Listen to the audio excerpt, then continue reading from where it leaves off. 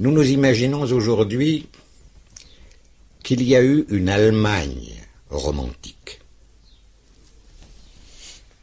Il n'y a jamais eu d'Allemagne romantique.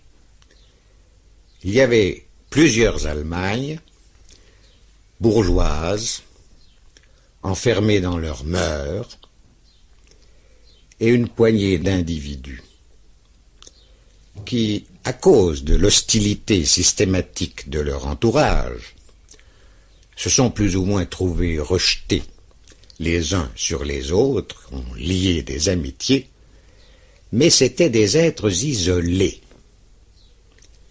Et c'est eux qui ont fait le romantisme. Ils ne sont pas tellement nombreux. Bien entendu, il y a Novalis, il y a Tieck, il y a Schlegel, il y a Kleist.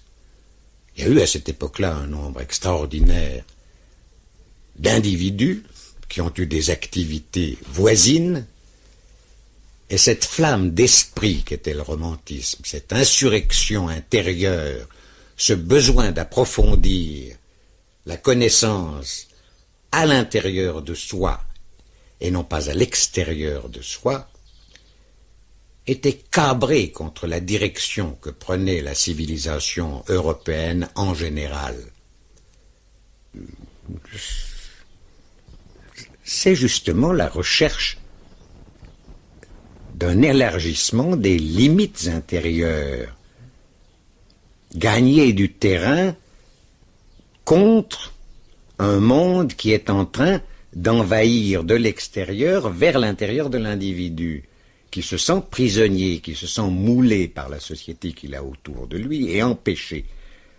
Aujourd'hui, l'âme, quand par hasard il en existe un petit éclat quelque part, il a véritablement besoin, cet éclat, d'être rassuré, d'être entouré, d'être illuminé. Et c'est pour ça en partie que je crois que ce moment de vie, l'intensité dans la direction, dans le sens de la vie profonde qu'a été le romantisme allemand, a une actualité absolue.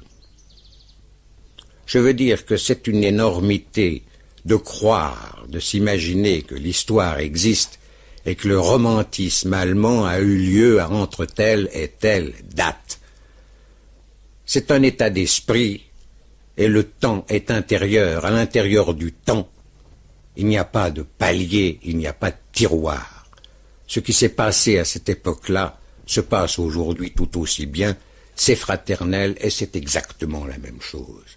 Mais nous avons la chance d'avoir ces frères aînés qui sont là précisément pour nous aider, pour nous rassurer, pour nous apprendre dans nos timidités que l'audace paye.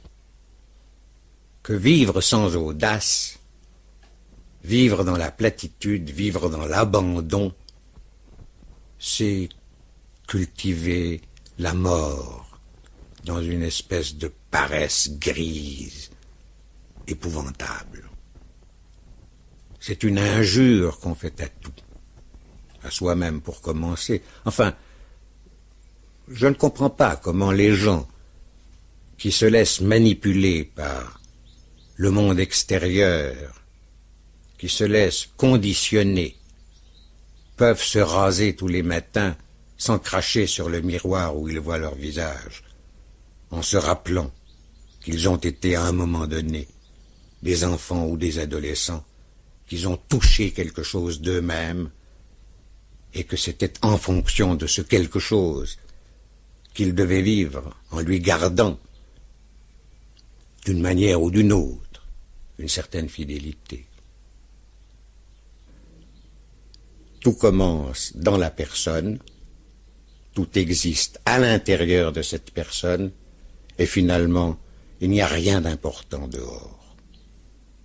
Mais voilà, on nous bourre le crâne et personne n'a la force, le courage ou l'héroïsme de désapprendre ce qu'il a appris dans les écoles, dans les universités, pour y aller voir, pour toucher lui-même, pour prendre le temps de maintenir un contact vivant.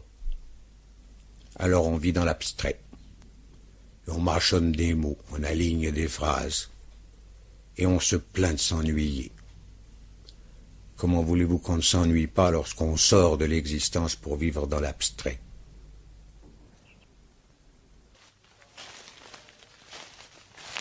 Si on pense que c'est de la littérature, eh ben tant pis pour celui qui pense ça, c'est terminé pour lui. Le romantisme est une façon de vivre, une façon d'être. C'est d'avoir un cœur grand comme ça, somme toute.